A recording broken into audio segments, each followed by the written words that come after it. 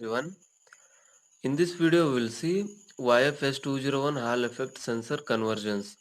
So, if you are working on a project which uses YFS201 Hall effect sensor, that is basically to measure the amount of water which is flowing through a pipe.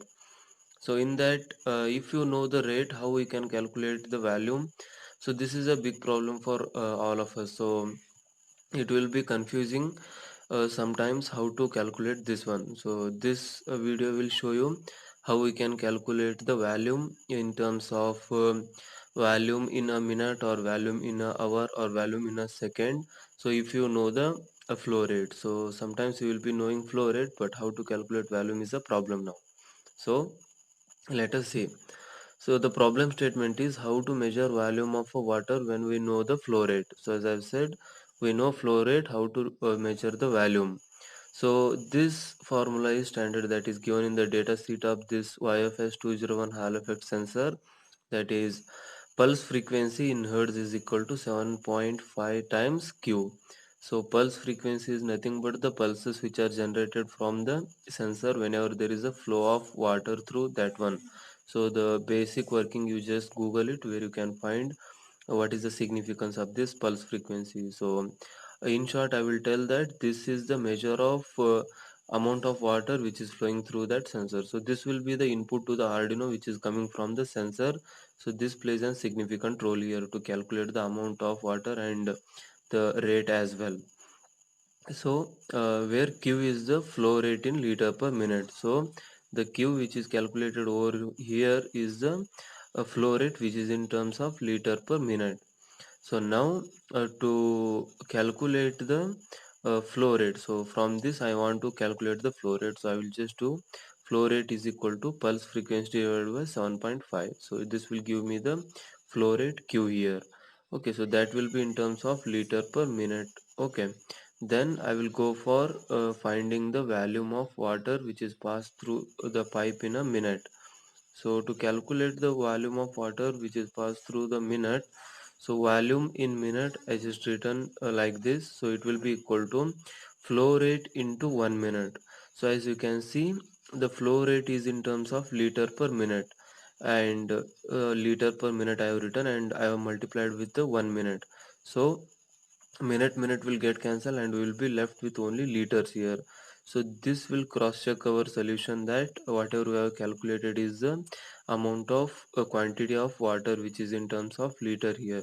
So volume in 1 minute. So note that this is for only 1 minute because I have multiplied with only 1 minute here.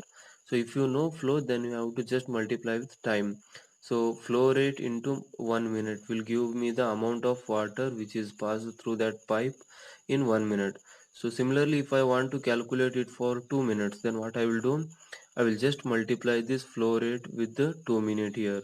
So 1 liter by minute into minute, and then I will be just so multiplying with the 2 minutes here. So minute will get cancelled and it will be liters, that is whatever will be the flow rate, it will be multiplied with 2. So it will be something like this. So suppose flow rate is 2 liter per minute, and for this first case it will be 1 minute here, and it will give me the 2 liters as the total quantity. And if I wanted to calculate for 2 minutes, then I will be multiplying with 2 here, then it will give 4 liters. So as you can see, for 1 minute it is giving it as 2 liter, and for 2 minutes it is giving it as 4 liters. So as the rate is 2, it is doubling here. So like this you can calculate for any minute. So if you want for 10 minutes, then you just multiply with 10 minute here. So like this we can calculate in terms of minute. So what if you want to calculate in terms of the second? So I have just written that one, let me see. Yeah, so this is the formula which is used to calculate the volume in seconds. So volume in 1 second so is equal to flow rate, that is in terms of liter per minute, divided by 60. So I will be dividing liter per minute by 60 so that it will become liter per second, and I will multiply as it is with 1 second to find out the amount of water which is flowed through that pipe in 1 second.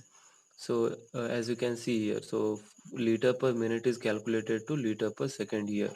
So when you calculate liter, that is liter per minute divided by 60, so it will be liter per second here.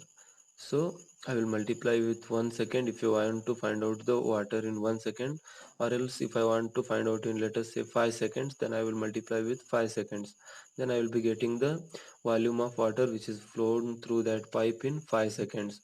So the basic conversion will be something like this. So if you want to come downwards, that is in terms of liter per second, so let us say you are in liter per hour, then you will divide it by 60 to get liter per minute, and then again you will take this liter per minute and divide it by 60 to get liter per second. So like this you will be dividing, or else you can go upwards also. If you know the if you know liter per second, let us say you know liter per second, then you will multiply with 60, then you will be getting liter per minute. Then you will just take that liter per minute and multiply with again 60, then you will get liter per hour. So like this you can flow upwards or you can flow downwards depending on your application. So I hope you like this video and understood the concept of converting from liters per minute to liters per second, and everything else related to this YFS 201 sensor.